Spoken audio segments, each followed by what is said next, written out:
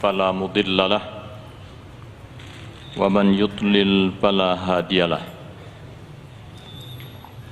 وأشهد أن لا إله إلا الله وحده لا شريك له وأشهد أن محمدًا عبده ورسوله صلى الله عليه وسلم لا نبي بعده يا أيها الذين آمنوا اتقوا الله حق تقاته ولا تموتن إلا وأنتم مسلمون يا أيها الناس اتقوا ربكم الذي خلقكم من نفس واحدة وخلق منها زوجها وبث منهما رجالا كثيرا ونساء واتقوا الله الذي تساءلون به والأرحام إن الله كان عليكم رقيبا يا أيها الذين آمنوا اتقوا الله وقولوا قولا سديدا يصلح لكم أعمالكم ويغفر لكم ذنوبكم ومن يطع الله ورسوله فقد فاز فوزا عظيما أما بعد فإن أصدق الحديث كتاب الله وخير الهدي هدي محمد صلى الله عليه وسلم وشر الأمور محدثاتها وكل محدثة بدعة وكل بدعة ضلالة وكل ضلالة في النار يقول الله تعالى في محكم كتابه العزيز في سورة هود أعوذ بالله من الشيطان الرجيم فاصبر إن العاقبة للمتقين وقال في سورة يوسف أعوذ بالله من الشيطان الرجيم قالوا أئنك لأنت يوسف قال أنا يوسف وهذا أخي قد من الله علينا إنه من يتقي ويصبر فإن الله لا يضيع أجر المحسنين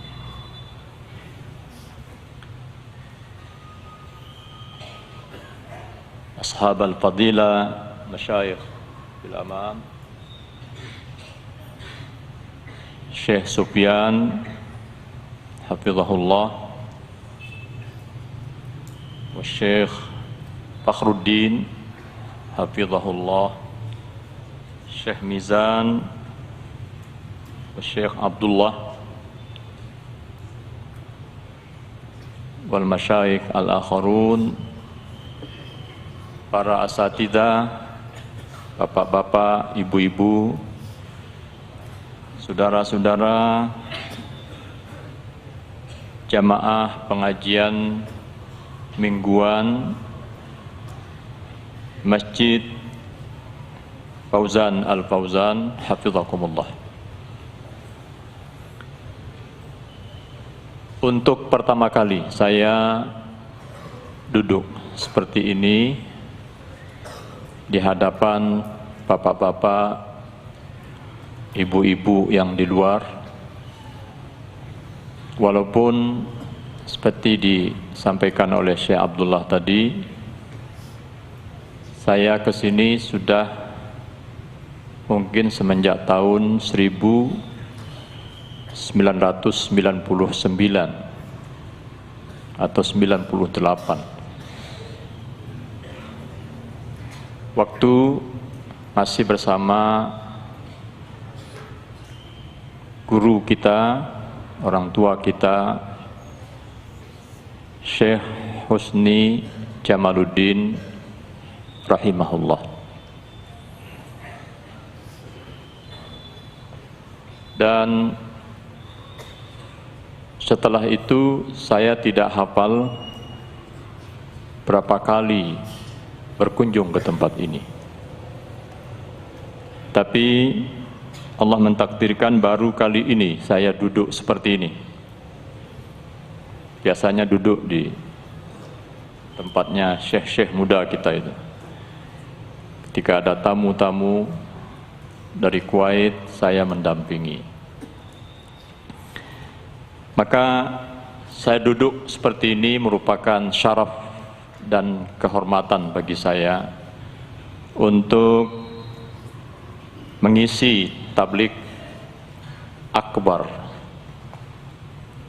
Walaupun mungkin saya kurang pantas untuk mengisi tabligh akbar itu. Hadirin wal hadirat,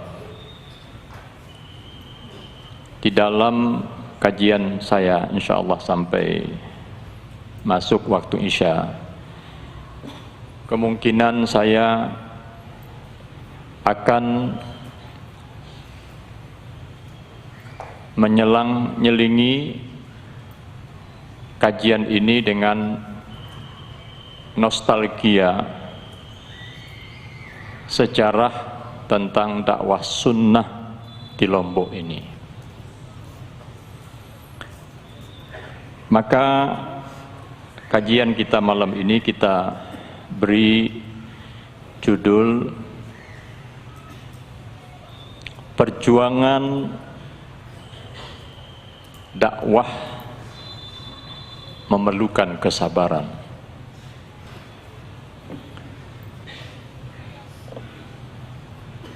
Hadirin dan hadirat,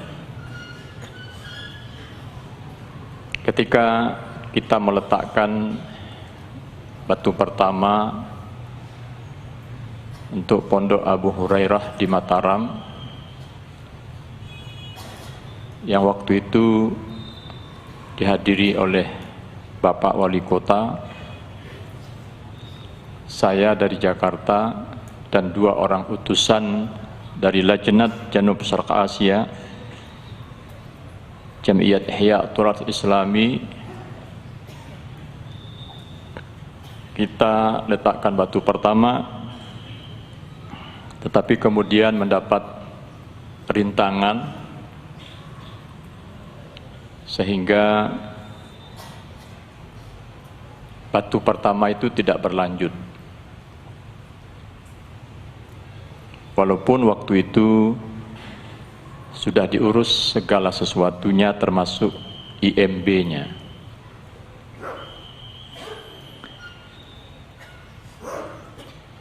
Beberapa waktu setelah itu Abu Hakam, mungkin termasuk orang tua kita juga,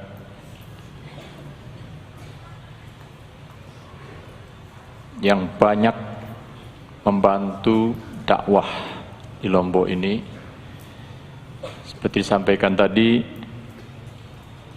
beliau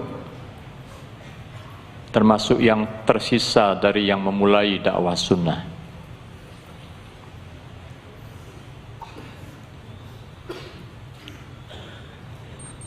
Itu kemudian memberitahu, Ustadz, ini pesantren kita mendapatkan halangan.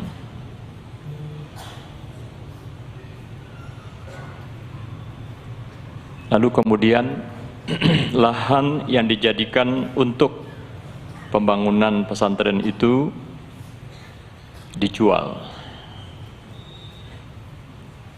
Dibelilah lahan baru di tempat pesantren Abu Hurairah yang sekarang. Sebelumnya apa, Syekh Farun, Lawata, ada Masjid Aisyah, ya. Masjid Aisyah itu dijadikan sebagai pondok laki-laki dengan berdesak-desakan. Tapi kemudian setelah dapat membebaskan tanah di yang sekarang ini, maka Masya Allah, Allah berikan pertolongan lewat seorang donatur namanya Abdul Aziz Ad-Dakhil. Di Masjid Aisyah ada pondok untuk putra, markas Ad-Dakhil itu untuk putri.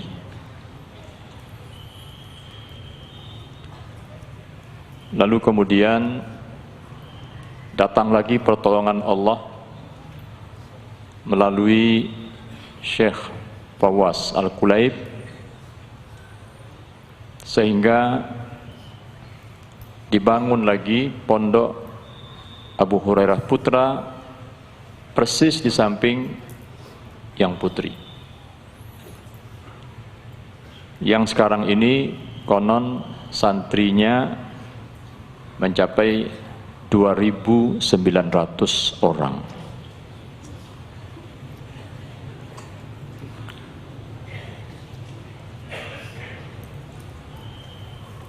Bagi saya yang ikut mengalami hal ini,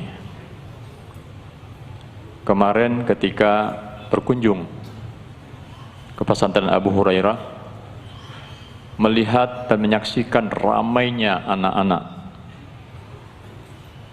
yang keluar dari sekolah dijemput oleh orang tuanya, itu dalam batin saya menangis, bukan karena sedih, tetapi karena gembira.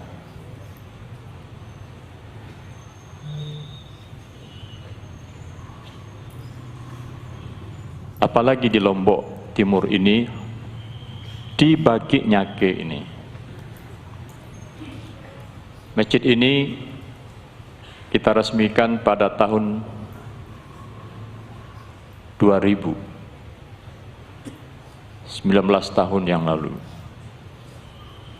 Setelah sebelumnya Tuan Guru Husni Jamaluddin rahimahullah itu ngajar di pondok Jamaluddin, pondok ayah beliau. Betul Syekh Abdullah. Kata Syekh Abdullah, saya waktu itu baru kelas 5 SD. Saya terkesan betul dengan beliau yang tidak lepas dari bibirnya ungkapan Alhamdulillah, Alhamdulillah, Alhamdulillah, sambil menyuguhkan minuman Alhamdulillah, Alhamdulillah, Alhamdulillah.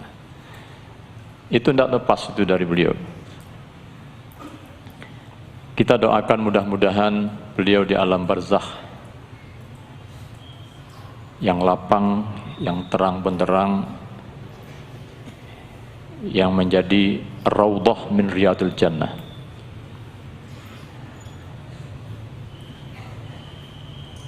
Saya tanya kepada Ustaz Abdullah, Al-Walid berapa lama dia ada di sini?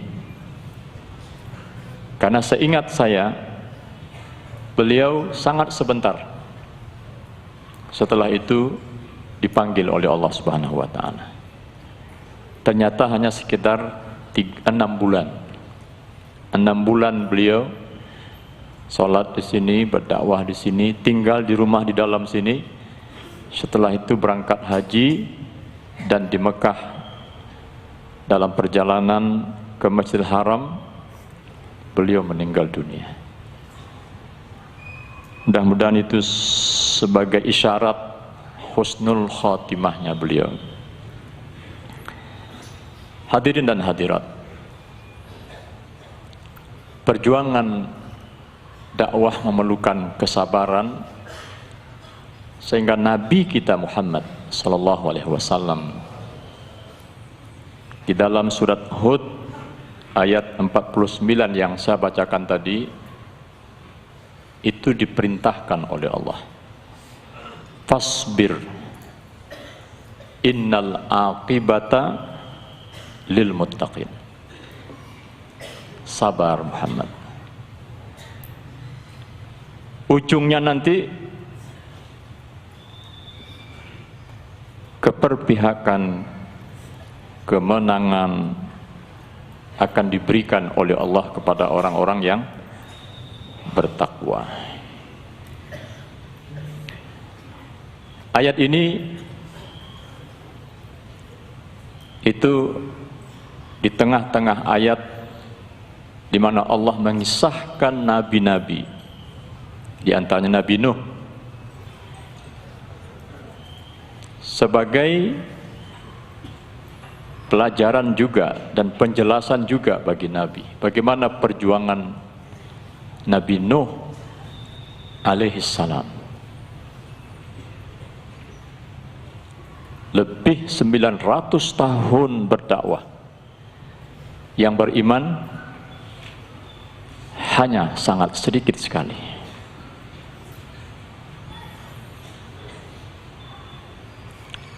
Hadirin dan hadirat, tidak jauh dari tempat kita ini,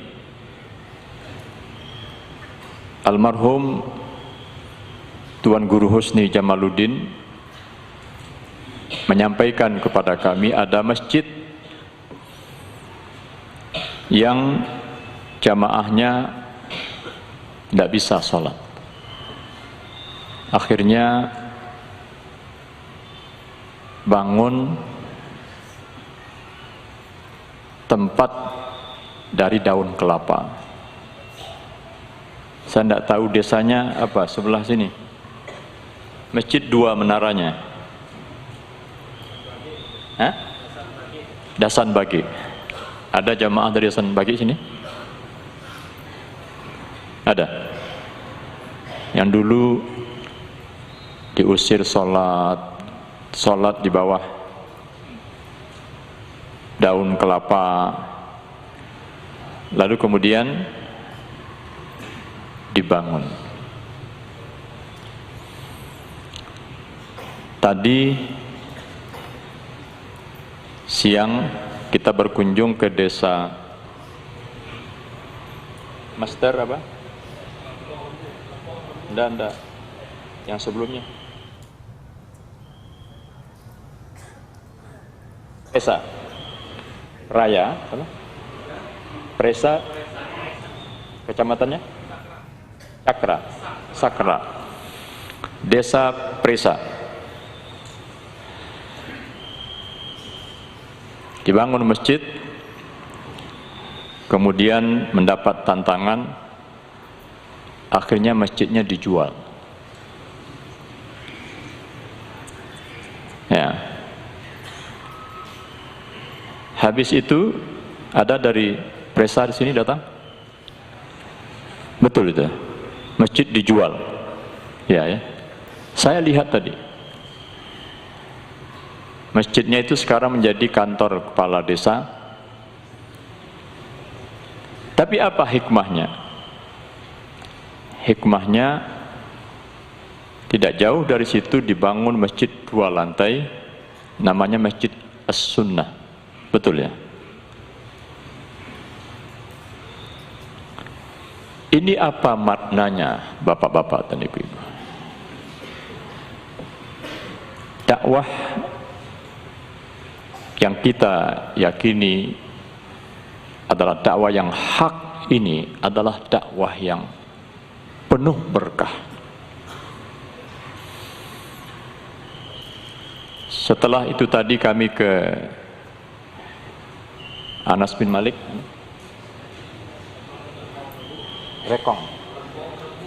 Lekong Rembuk. Itu dulu dibangun lewat kita, dan donatur dari Kuwait, diresmikan oleh Tuan Guru Husni Jamaluddin rahimahullah. Ketika meresmikan itu, beliau mengatakan, kita resmikan masjid ini, insya Allah menjadi masjid yang berkah.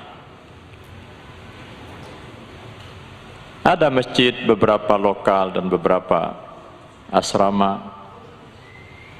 Sekarang ini muridnya 800 orang.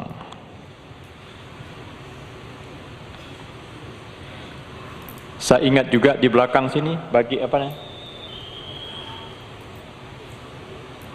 Masjid besar seperti ini di belakang. Suralaga. Ada jamaah dari Suralaga? Ya. Itu juga dulu mendapat tantangan yang luar biasa. Tapi berkat sabar, dapat masjid besar, mungkin sama dengan ini besarnya, Suralaga. Itu juga dulu sholatnya di lapangan, di apa. Allah kasih. Jadi berpengalaman dari situ, yakinlah bahwa setiap tantangan yang kita hadapi dalam berdakwah ini, Allah akan berikan yang lebih baik. Markas ini sudah 2000, Ustaz Abdullah? 2100. Ya. Yang ini mula-mula cuma masjid ini saja. Kemudian tambah sedikit di belakang. Lama-lama tambah lagi. Sekarang tambah lagi. Ini semuanya adalah keberkahan.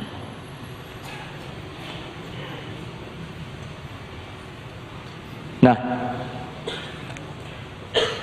baik perjuangan dalam bentuk berjamaah, perjuangan pribadi, perjuangan apapun, kita pribadi sering mendapat tantangan-tantangan. Tapi yakinkan kepada diri kita, bilang sama diri kita, fasbir innal aqibata lil muttaqin. Sabar. Ujungnya nanti mesti untuk orang-orang yang takwa, orang-orang yang lebih dekat kepada Allah Subhanahu wa taala, orang-orang yang lebih taat kepada Allah Subhanahu wa taala. Dalam persaingan apa saja, dialah yang akan diberi kemenangan oleh Allah Subhanahu wa taala.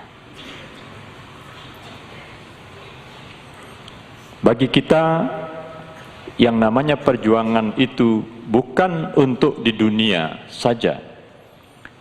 Bahkan bagi kita perjuangan yang utama itu adalah untuk akhirat.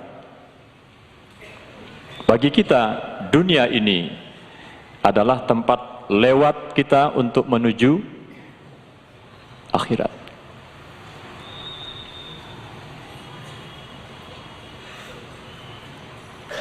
Nah, kalau ayat dalam surat Hud tadi berbicara kepada Nabi kita Muhammad sallallahu alaihi wasallam, fasbir innal aqibata lil muttaqin, sabar Muhammad. Akibah, ujung dari perjuangan itu untuk orang bertakwa, untukmu dan untuk umatmu. Di dalam surat Yusuf yang kita bacakan tadi, kita tahu bagaimana perjuangan Nabi Yusuf dengan siapa? Pertama dengan saudara-saudaranya. Kemudian dia dituduh apa? Difitnah, melakukan fahisyah, sampai dia dipenjara. Dia tidak bersalah, tetapi dihukum, dimasukkan ke dalam penjara. Teman-temannya yang mengucilkan dia, menyakiti dia, menyiksanya, bahkan mau membunuhnya, lalu kemudian disepakati untuk dilemparkan ke dalam sumur. Ujungnya bagaimana? Bagaimana kisahnya antara saudara Nabi Yusuf dengan Nabi Yusuf? Siapa yang menang? Allah menangkan Nabi Yusuf. Oleh karena itu, ketika berhadapan dengan Nabi Yusuf, saudara-saudaranya dalam keadaan fakir, miskin, compang-camping. Begitu bertemu, Nabi Yusuf ingat kepada saudaranya. Tapi saudaranya tidak ingat kepada Nabi Yusuf.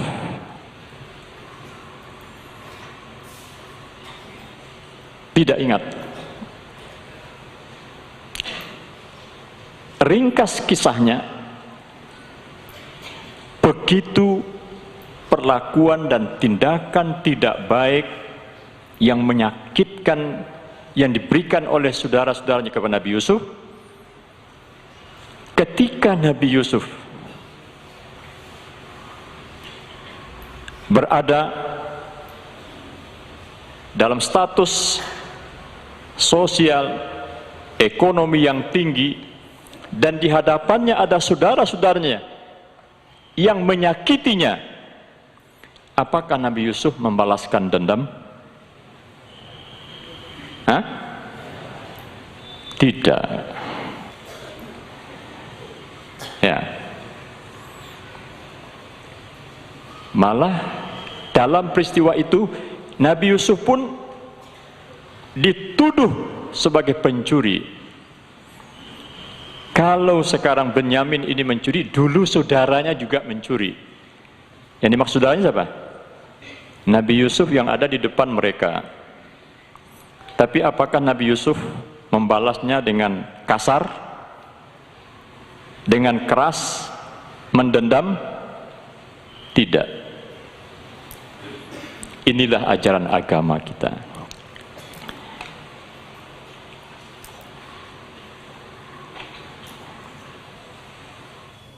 Saudara sudah mengatakan, qalu a innaka la anta Yusuf. Barangkali kamu Yusuf ya? Dengan apa?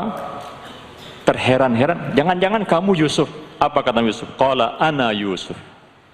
Saya Yusuf. Wa hadza akhi, ini adalah adik saya. Qad mannallahu alaina. Allah telah memberikan kenikmatan kepada kami. Dari mana? Nah, ini resepnya. Innahu man yattaqi wa yasbir. Ini yang perlu kita pegang. Sesungguhnya siapa yang bertakwa dan ia sabar, Allah tidak akan pernah menyia-nyiakan ganjaran pahala untuk orang-orang yang berbuat ihsan itu. Siapa yang dimenangkan? Saudara Nabi Yusuf apa Nabi Yusuf? Tapi apakah Nabi Yusuf mendendam? Tidak. Kalau mendendam berarti sama. Jadi kalau kita mendapat tantangan, rintangan pribadi, keluarga, kita difitnah, kita diejek, kita dijelek-jelekkan, apakah kita harus membalas dengan hal yang sama? Tidak. Kalau kita balas dengan yang sama, berarti itu lama-lama tambah sekarang ini semuanya adalah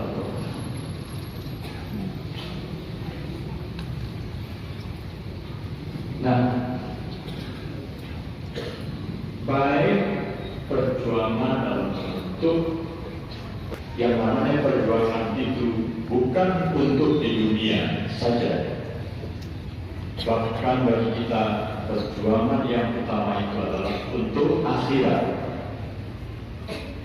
Bagi kita dunia ini adalah tempat lewat kita untuk menuju akhirat.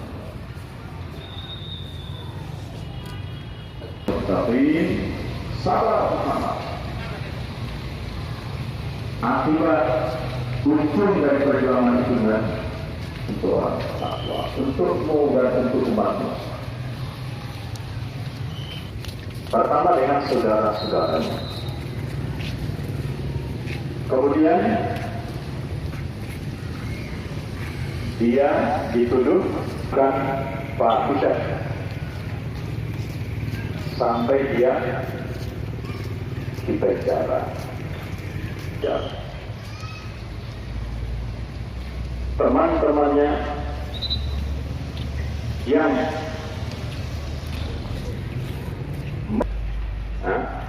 ujungnya bagaimana? Bagaimana kisahnya antara saudara Nabi Yusuf dengan Nabi Yusuf? Siapa yang menang? Malah orang-orang yang tadinya merintangi, menghalang-halangi, akhirnya gimana? Berbalik.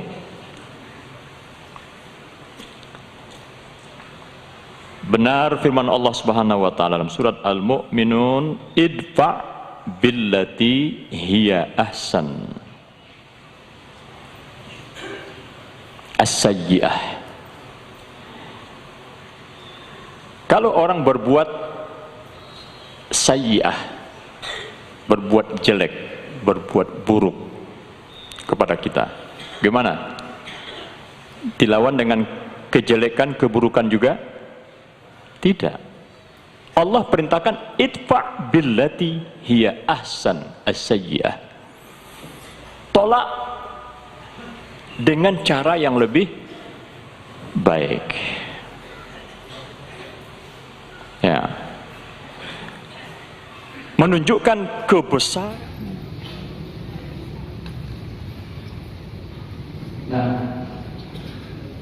Alamu bima yasifun. Kami lebih tahu tentang apa yang mereka ceritakan tentangmu. Kami lebih tahu. Kami tidak akan membiarkan kamu. Tidak. Pada saatnya pasti pertolongan kami akan datang kepadamu. Itulah mana innal aqibata lil muttaqin. Fasbir innal aqibata lil muttaqin.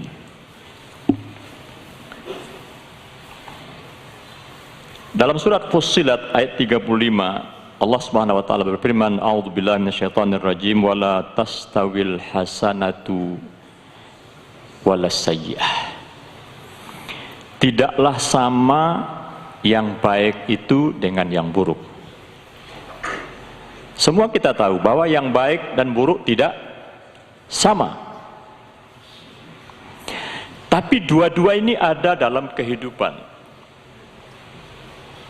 Dalam kita bermuamalah, ada orang yang berbuat baik kepada kita, ada orang yang berbuat buruk kepada kita. Betul? Apa semua orang baik sama kita? Tidak. Semua orang buruk sama kita? Tidak juga. Baik buruk itu ada di sini. Ada orang yang berbuat baik kepada kita, ada orang yang berbuat buruk kepada kita. Tapi apa sikap yang perlu kita ambil? Idfa' billati hiya ahsan. Disambut keburukan itu dengan kebaikan. Bisa enggak? Bisa. Ini memerlukan kesabaran. Fasbir. Perlu sabar kita.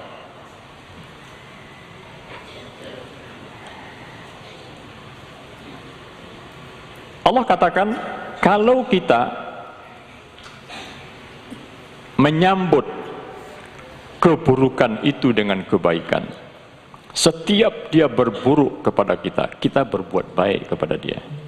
Setiap dia melakukan keburukan, kita sambut dengan kebaikan. Apa yang akan terjadi? Fa'idhal ladzi bainahu wa bainaka adawah ka'annahu waliyun hamim. Orang yang antaramu dan dia ada permusuhan, nanti permusuhan itu akan menjadi apa? waliyun hamim, teman yang sangat akrab.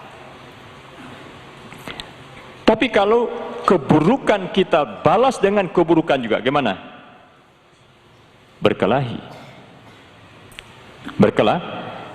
Berkelahi, berantem, bunuh-bunuhan. Allah katakan tidak, yang baik dan yang buruk tidak sama. Lalu apa yang lakukan? Idfa billati hiya ahsan. Nanti permusuhan itu akan hilang, berubah menjadi teman. Lagi-lagi Allah katakan wa ma yulaqqaha illal ladzina sabaru. Tidak semua orang bisa melakukannya, dan itu tidak akan diraih dan tidak akan diberikan kecuali hanya kepada orang-orang yang sabar. Wa ma yulaqqaha illa dzu hadzin azim. Itu tidak akan, betul? Nah, kita doakan malam ini mudah-mudahan dakwah sunnah di Lombok ini punya universitas. Sekarang dari 100 lebih mahasiswinya, hampir 20% dari Lombok. Ya, dari Lombok. Baik perjuangan dalam bentuk yang mana perjuangan itu bukan untuk di dunia saja. Ada 2 orang dosen dari Sudan. 1 dosen pria dari Yaman dan 3 dosen wanita juga dari Yaman, yang mereka hafal Al-Quran, punya sanad. Itu kita niatkan untuk mencetak ulama-ulama wanita yang hafal Al-Quran, bisa berbahasa Arab dengan lancar, memahami ilmu-ilmu agama. Tapi kita ingin di Lombok ini sudah banyak pesantren-pesantren SMP, SMA, sanawiyah, aliyah. Kita mohon kepada Allah nanti ada universitas. Insya Allah. Bagi kita sulit, berat, seperti mustahil. Tapi bagi Allah mudah. Bagi Allah tidak ada yang sulit. Inilah yang dapat saya sampaikan dalam kesempatan ini. Saya sudah mendengar azan di luar. Mudah-mudahan Bapak, Ibu ya patah, tumbuh, hilang, berganti. Dari jamaah Tuan Guru Husni Jamaluddin sudah banyak yang berpulang. Tapi setelah itu banyak lagi yang muda-muda. Ustadz Tuan Guru Husni Jamaluddin sudah meninggal, Masya Allah. Ustadz Sufyan, Ustadz Mizan. Ustadz Mizan ini bukan hanya Ustadz orang Lombok, ini Ustadz nasional. Saya ngeri tadi duduk di hadapan beliau. Masih muda, ilmunya lebih banyak dari saya. Ada Ustadz Abdullah, dan seterusnya dan seterusnya. Kita didik anak-anak kita menurut dakwah sunnah ini. Tadi di Setra, desa apa tadi? Sakra tadi apa? Desa Presa, ada Syekh Muharrar. Ya.